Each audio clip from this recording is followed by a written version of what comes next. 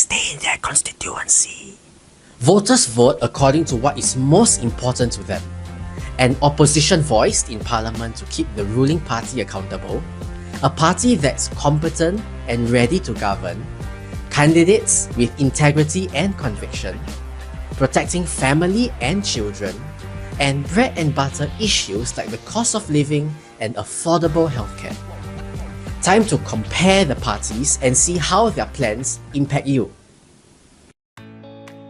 SDP is pushing for changes like cutting minister pay, taxing the top 1%, dropping GST on essentials, eliminating of CPS minimum wage scheme, abolishing the primary school leaving examination, which is PSLE, and reducing class sizes.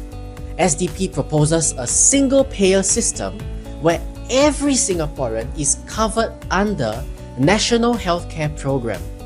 Go read their 90-plus page SDP National Healthcare Plan. Did you know Arifin Shah, one of their new faces, started Wake Up Singapore, a media platform that is openly pro-LGBTQ and big on woke progressive ideas. And also, Dr. Chee Soon Juan was one of the first politicians to show up at Pink Dot. PSP wants GST cut back to 7% with essentials fully exempted. They are also pushing for a $2,250 monthly minimum living wage and an increase in public holidays from 11 to 14. It is deeply saddening to learn that in 2023, PSP sent Hazel Phua to represent the party at Pink Dot. And in the same year, Leong Man Wai urged the government to recognise sexual orientation as protected category under Singapore's anti-discrimination laws.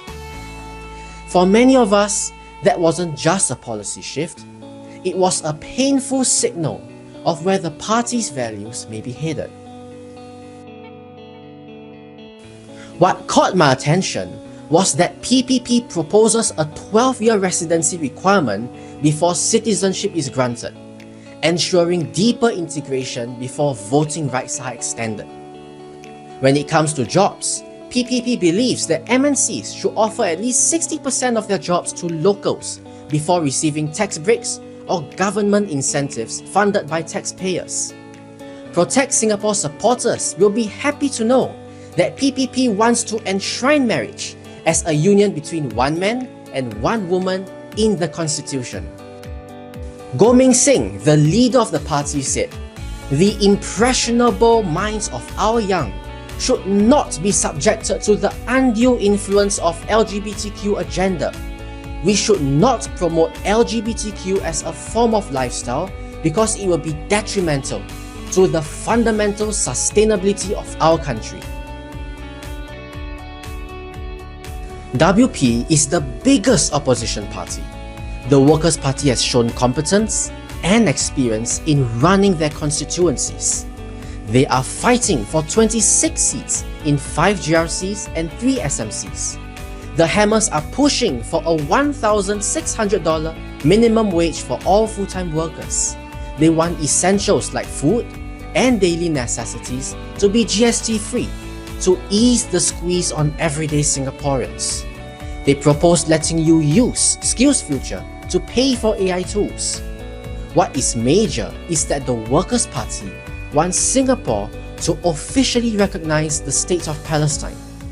But unlike the government, they do not mention 3 conditions that must be met first.